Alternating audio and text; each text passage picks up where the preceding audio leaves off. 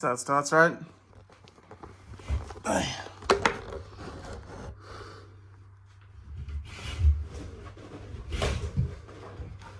Now it's important to understand that you've got to get it in one target girl. If you're a target girl, but I am not.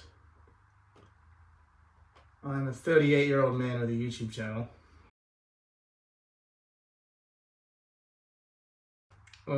This next video is called something like YTKOMB. I don't know. Nearly there. Nearly. Oh, here we are. That's right. This is because YTKOMBTS, which I think it stands for You're Talking Ketamine on my big mum's tits slag. But I think that actually has to somehow stand for I'm lonely, please come back. I think that's probably what it is.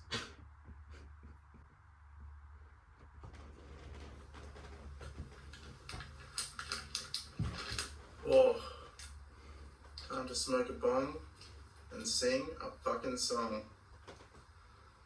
But first, you gotta pack the bong.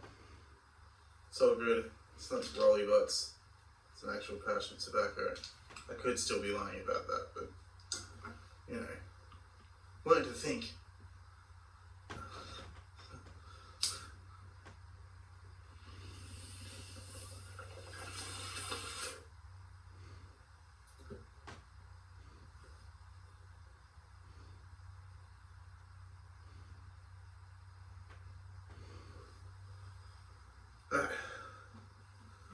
This is a mashup of a song that I made that doesn't really have a name. It's called The Storm, at best. And it's a mashup of Kids and Moons, Birds and Monsters by MGMT and my own music.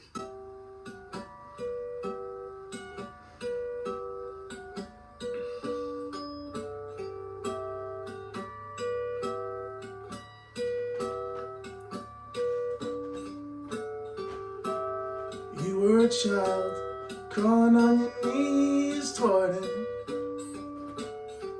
Make mama so. You were a child, crawling on your knees toward him. Make mama so proud, but your voice is still loud. We like to watch you laughing. You pick the insects off plants. No time to think of consequences. Control yourself, take only what you need from it. The family of trees wanted to be haunted. But you cut holes in the face of the moon base. Don't you know about the temperature change and the cold black shadow? Are you mad at your walls are hoping that an unknown thoughts will bad things for you? Making all the time that you don't let your pale gray garden. If the ship will never come, you gotta move on. The water is warm, blood sends me shivers. A baby is born, crying out for attention. The memories fade. Like looking through a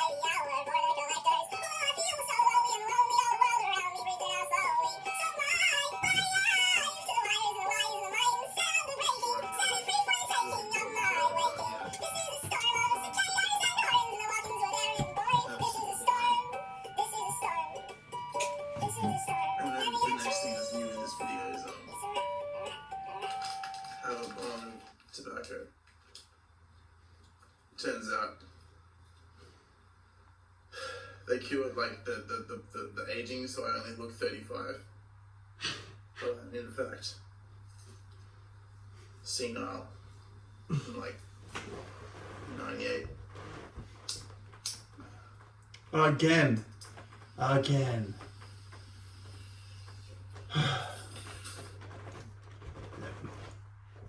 It's an old story, you know? Bong's pretty good. Okay? How's this though? How's this for a funny meme? Alright?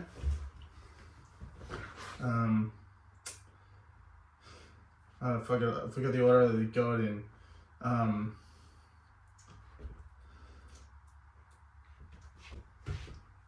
Dangerous for your ass, pussy. Dangerous for your ass, pussy. Especially if you stick it in your ass, pussy. Fucking hell. That is fucking freaky. Where are we? Alright.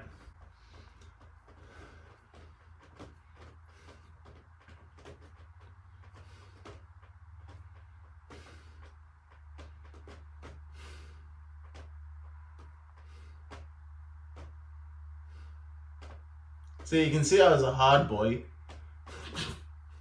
Thought I was a hard one, boy.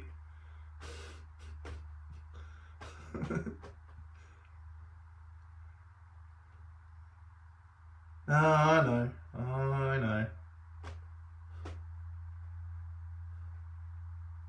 I know. There has to be. There just has to be a better way. Like remembering where you were, you know. Sometimes the Super Sour Solomon and a dragon is only 56 centimeters long. You're like, what? How is a plum and a dragon only that?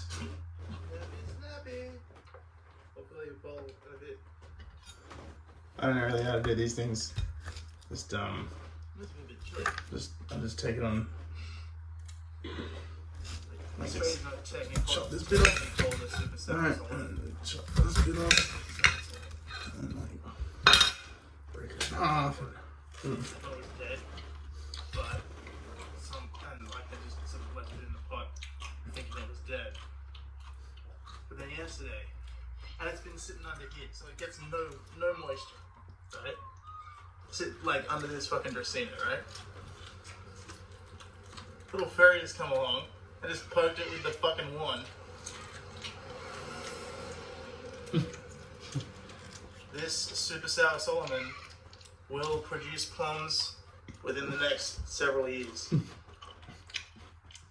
I don't know that for sure. I'm pretty sure it's dead again.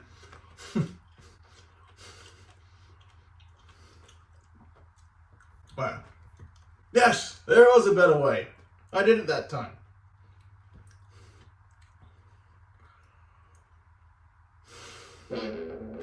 Oh, this is nice.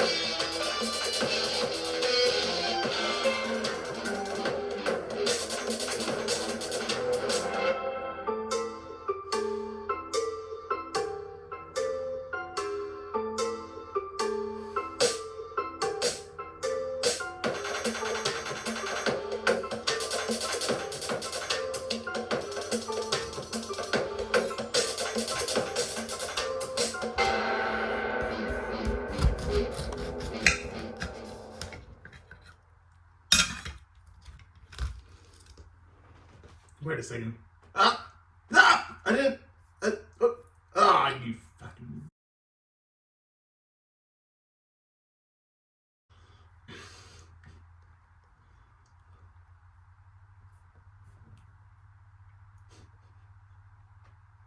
It's a pretty good one. It's like, I mean, it's pretty. Don't. It's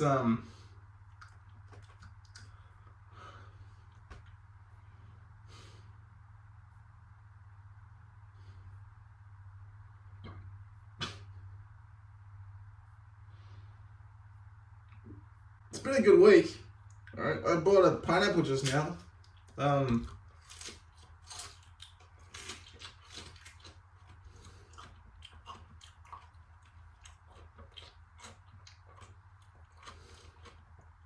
No.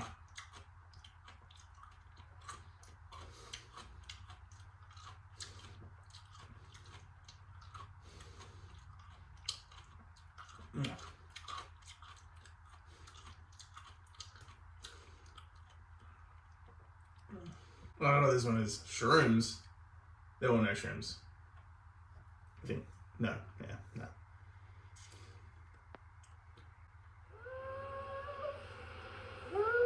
Today I decided to go and check out the waterfall after we've had like 4 days of just non-stop rain. It was raining so hard it may as well have been the bottom of the ocean. Like I couldn't leave the house. It was forced isolation this time by nature itself. Not just the virus, but the hammering drops of rain that have filled up this creek that I'm filming in high speed. Anyway, on my way there, I went past this cow paddock and I thought I saw some shrooms. I jumped the fence to try and get the shrooms, but then the cows started coming at me, so I jumped back over the fence. And this like Hereford cow with horns is like staring me down, like, got any shrooms? Yeah. And it responded with the same dead-eyed stare that you would probably be looking at me with right now if I told you that terrible pun.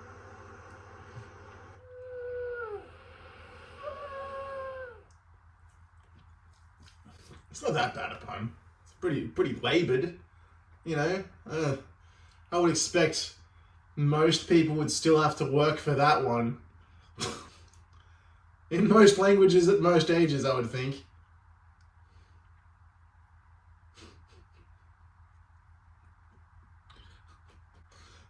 That's why that guy's so pissed off.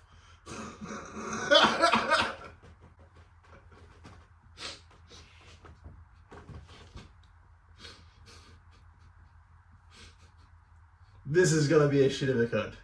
A real shit of a thing to get around. Where are we? Spider Bank and getting there. Nearly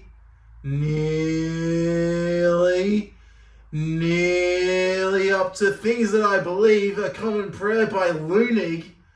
Fucking hell, alright. Maybe this time I'll be able to read it out loud. And only, feel.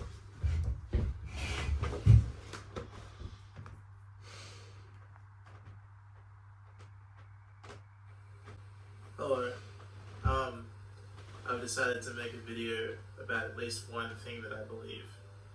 And if there's one thing that I believe, it is that I need to be on meth or ecstasy if I'm going to get halfway through this book, A Common Prayer by Lunig, without crying.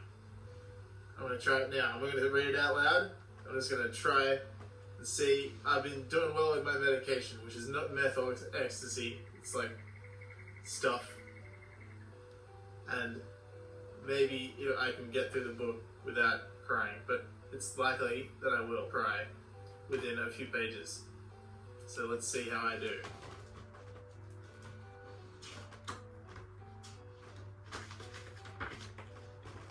He that shuts love out, in turn shall be shut out from love, and on her threshold lie, howling in the outer darkness. Love is like bread, it has to be made every day. Old saying. Love is the bright foreigner, the foreign self. The ideas and the spirit of this book have arisen from a difficult personal situation of upheaval and change, and from the vital inspiration and support I received from a number of people during that time. In particular, I acknowledge with gratitude the care, the commitment, and the insightful work of Anne Clancy, the gentleness and courage of my children, Gus Lunig and Sonny Lunig, and the comradeship and loving presence of Helga Solway. Preface. The prayers contained in this book were created for publication in Melbourne's Sunday Age newspaper. Their publication was something of a small experiment both for myself when I decided to create them, and for the editor of the Sunday Age, Steve Harris, who supported the idea and published them without reservation. I was originally asked to draw a weekly cartoon for the paper, but I found it difficult to be enthused. I felt there were already enough jokes and amusements at hand, and the boom in humour and satire I found somewhat oppressive. It seemed to me that newspapers might carry some small spiritual message of consolation, a tiny reparation for the enormous anxiety and distress I believe they can create, an anxiety and distress which I felt was not and could not be addressed or relieved by humorists. Prayer as a creative lacuna, as an ancient free form and marvelous stabilizing idea, intrigued me greatly. The spirit of the times, so constricted by fashion anxiety, so repressed by ego and scientific authority, seemed the ideal climate for the cultivation of public prayers. The presence of any sincere prayer, and, as Mark Twain observed, you can't pray a lie, in the realm of contemporary journalism was likely to create a small, embarrassing, and healthy juxtaposition. And knowing that such juxtapositions must always be attempted, I set out awkwardly to write prayers for the newspaper. All I hoped was that my efforts might help revitalize the idea of prayer. I also wanted to gently foster the notion that the mass media might take on a spiritual responsibility.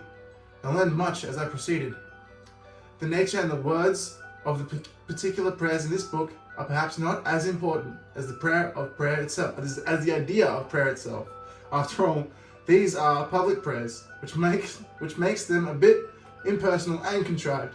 Some of them are expressions of hope, some are declarations, others are thanksgivings. Their creation has involved feelings of considerable vulnerability, because I understand that such things are readily and gladly misunderstood. They are my fumbling experiments, and they mostly derive from a deep and difficult personal struggle. The book, however, is offered as something of a prayer itself. I hope it somehow contributes to the illumination of this small, ancient, wonderful... So I got through the preface and introduction without actually crying. It was close though. Here we go. Freeform, do-it-yourself ritual of connection, love, and transformation. The common prayer. I have drawn a simple picture of a person kneeling before a duck to symbolize and demonstrate my ideas and feelings about the nature of prayer. I ask the reader to bear with the absurdity of the image and to remember that the search for the sublime may sometimes have a ridiculous beginning. Here, then, is the story behind the picture. A man kneels before a duck in a sincere attempt to talk with it. This is clear. This is a clear depiction of irrational behavior and an important aspect of prayer. Let us put this aside for the moment and move on to the particulars. The act of kneeling in the picture symbolizes humility. The upright stance has been abandoned because of the human attitudes and qualities it represents: power, stature, control, rationality, worldliness, pride, and ego. The kneeling man knows, as everybody does, that a proud and upright man does not and cannot talk with a I duck. think I'm actually halfway through. Maybe. No, not quite. So the upright stance is rejected. 2/5. The man kneels. He humbles So himself. I'm pretty good so far. I haven't been looking at the pictures or reading it out loud. If I read it out loud, maybe I'd have less chance of. Maybe if I didn't have the nicotine vape. He comes closer to the duck. He becomes more like the duck. He does things because it improves his chances of communicating with it. The duck in the picture symbolizes one thing and many things: nature, instinct, feeling, beauty, innocence, the primal, the non-rational, and the mysterious unsayable. Qualities we can easily attribute to a duck, and qualities which, coincidentally and remarkably, we can easily attribute to the inner life of the kneeling man, to his spirit or his soul. The duck, then, in this picture, can be seen as a symbol of the human spirit, and in wanting connection with his spirit, it is a symbolic picture of a man searching for his soul. person cannot actually see this soul as he sees the duck in the picture, but he can feel its enormous impact on his life. Its outward manifestations can be disturbing and dramatic, and its inner presence is often wild and rebellious, or elusive and difficult to grasp. But the person knows that from this inner dimension, with all its turmoil, comes his love and his fear, his creative spark, his music, his art, and his very will to live. He also feels that a strong relationship with this inner world seems to lead to a good relationship with the world around him and a better life. Conversely, he feels that alienation from these qualities, or loss of spirit, seems to cause great misery and loneliness. He believes in this spiritual dimension, in the innocent life, and he knows... Yeah, that's the word.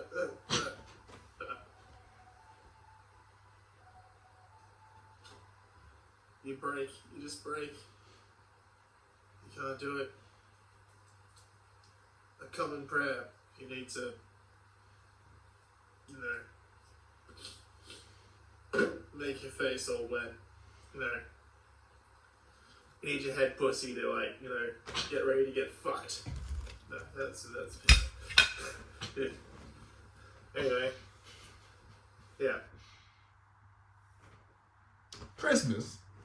What? Yeah, I'm going to read the first prayer because it's actually Christmas time and it's about Christmas. So it goes, Christmas. Dear God, it is timely that we give thanks to the lives of all prophets, teachers, healers, and revolutionaries, living and dead, acclaimed or obscure, who have rebelled, worked, and suffered for the cause of love and joy. We also celebrate that part of us, that part within ourselves, which has rebelled, worked, and suffered for the cause of love and joy. We give thanks and celebrate. Amen. Okay, that's... Alright. Have a good one.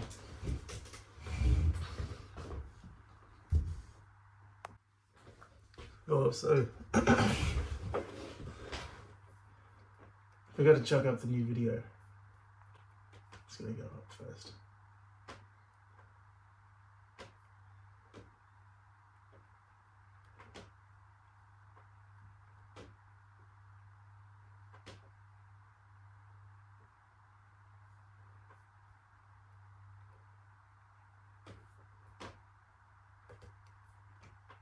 This one's gonna be called, I think it's called The Other Night I Walked Home in the Dark.